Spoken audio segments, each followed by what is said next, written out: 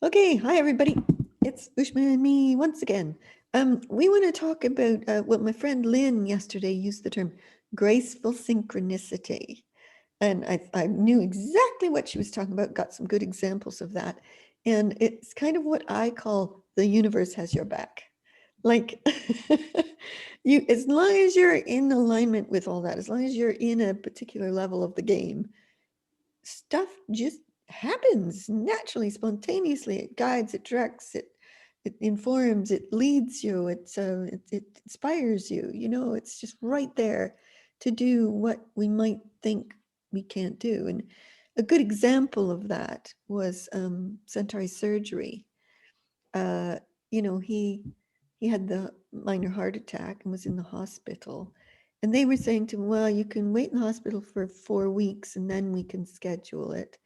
And I remember Ushma, you and Sharon were working with him, and me too. And I thought, no, this is going to happen much faster. You said it too. No, this is going to happen much faster. And the next morning, he had a drug reaction. His throat swelled up. He couldn't breathe. So they took him off the blood thinner drip, and immediately he was okay. And then they raced him to the Bristol Heart Institute, and we're going to do the surgery that night. And luckily, that's one piece of synergy. Oh, you wouldn't think synergy would look like your throat swelling up. At the time, one wouldn't have thought that was synchronicity in play. And then the next, he's there, and they're going to do it that night. And he had a slight, tiny fever.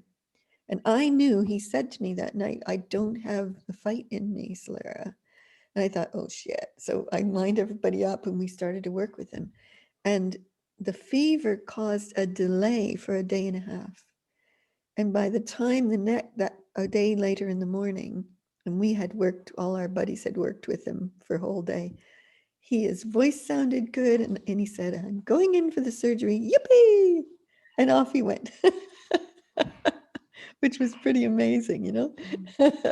So it was that graceful synchronicity that that came through, I think, by our alignment, our intentions, our possibilities of working something out. Now that was just one example. So another example was you and I just doing that video we just did, right? And in that video, before we did the quantum creation video, you and I, sorry, Centaur's making noise in the background. Behind the field. Of course, he came in as soon as we talked about him. And rather than get annoyed, I have to think that's graceful synchronicity. So you and I just went to do a recording on quantum creation. And before we started, you had a background, a virtual background on your Zoom, and we said, which one? Oh, that one. And then I said, oh, well, I'll put mine on then too. And oh, this one. And what comes up in the middle of the call, but using climate change in nature as the quantum creation example. And I thought, thanks, universe. You had our back once again, just by the selection of the Zoom calls. I know it's not, it's us, but it's, do you know what I mean? Yeah. It's like what you think when, and you have to get in alignment with it. It's not like, I do think for some people it's always on offer, but most people just miss it because they assume it's a tragedy. Oh, his throat swelled up. Oh my God, he's got a fever. Oh, he's not getting the operation. You could look at it from there. But we didn't. We went, oh, thank God. Let's align for the perfect operation, the perfect timing, the perfect, and boom, everything went brilliantly. So there is, to me, an alignment piece with graceful synchronicity that happens. So I think there are kind of, for me, what you're talking about there is the magic, and it's when you actively call the magic. And we all work in different ways to do that, and we all had different aspects of Centauri working out. Like we did what was ours to do within that whole game, and I know you've done another video about that. And I think that's the world that we're kind of moving into, where you activate it, there's an actual active activation of it into being, which calls all of those situations or circumstances into play. It lines up the world to kind of to work the way we, Yep. and it's not even the way you want, because it's not like you're trying to design it to do anything specific, but you're No. lining the energies up. Yeah.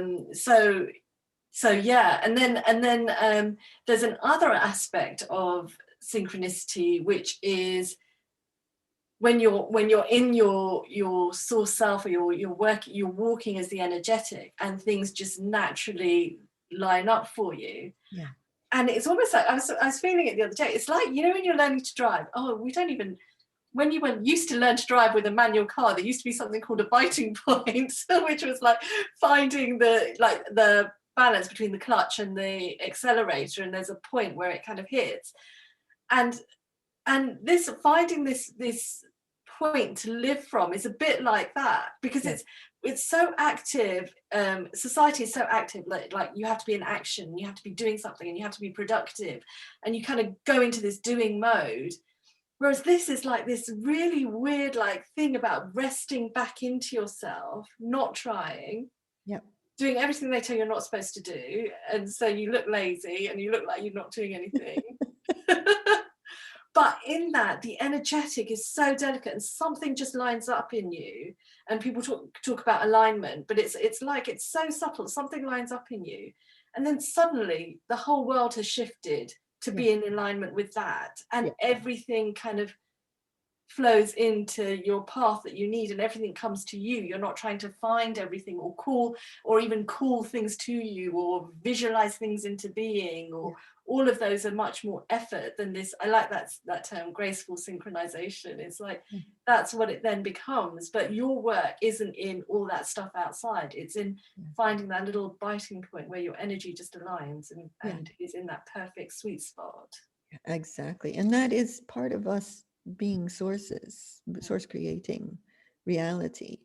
But in a lot of cases, like I suppose you could say we were all source creating Centauri having a fabulous outcome. But where the magic occurred, it wasn't oh, one of us gave him a fever and one of us gave us a drug reaction.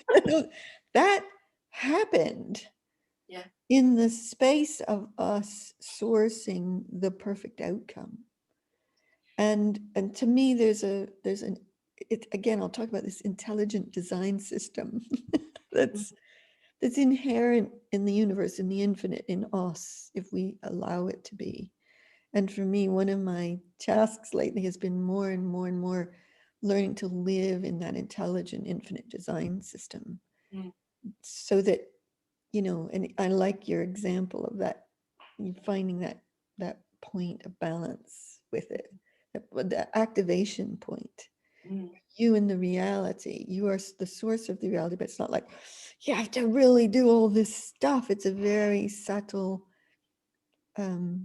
being with, you know, being for and being with life in some way. I do think as well that what's in behind it all, and I think one of the things that in Centauri's case, what turned it out is if you aim anything towards its greater purpose for all life, that force will come into play. So there's the lining it up inside yourself and finding that place.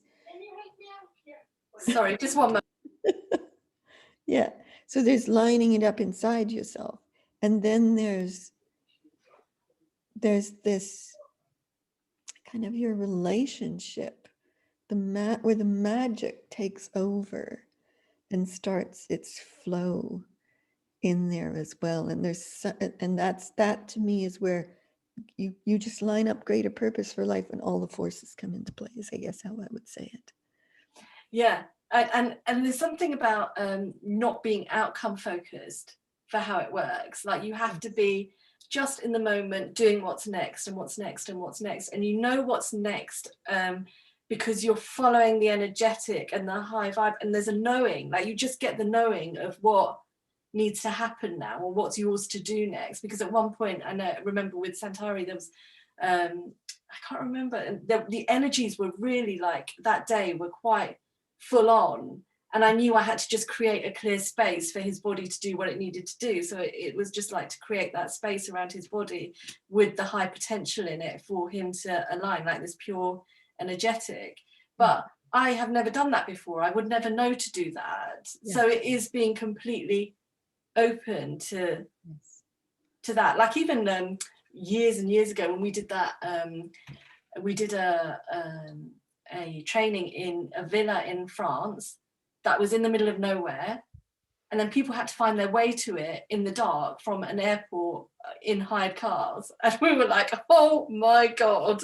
And I remember then just like lining it up and lining up the path for all these cars.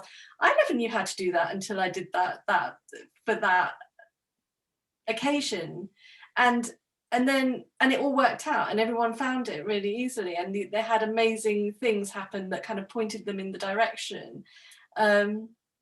So I think there's two things. One is that active thing when you're working with a situation like Santari, or like that workshop situation or whatever, and then you're lining things up, but you're not, there's no force in it. You're just doing what you're called to do next. And you discover more of yourself in that. You can't push it to the goal. No. It's not about that. It is about something far grander, far greater. Part of, I think, being in a greater game, everything we do is lined up for the best for all life, for the quantum evolution of us all now, all life, all earth, all our universe, everything. I mean, that's who we are. Well, you can feel it if you're trying to do something not, because that alignment thing just goes in your body, and you're like, okay, that's me trying to push something, that's not it. And we just don't do it anymore, and like I say, and the times where you tend to go to do something, you will just feel it kind of do something within you, and you're like, okay, take a step back, that's not it, Yeah, exactly. And you learn how to ride that. You source a wave and then you get on it. And you let it take you to unimaginable places, with brand new ways of doing things. I think that's so spectacular. What I thought was really great when I did the video of all my buddies saying what they did during that, not a one of them said, oh my God, poor Santari, I was there to help and heal him. They all said, oh, what a privilege. That was just amazing. Oh my God. And he's so incredible. And we just did, and they all went from there. And that's how it was for me too. It was an extraordinary experience to be a part of that. And that's not the typical way to look at someone having open heart surgery, No. But that's what's possible. And he's come out of it with no complications. He's doing well, and all that kind of thing. So there you go. You were amazing through all of that. It was really cool. Yeah.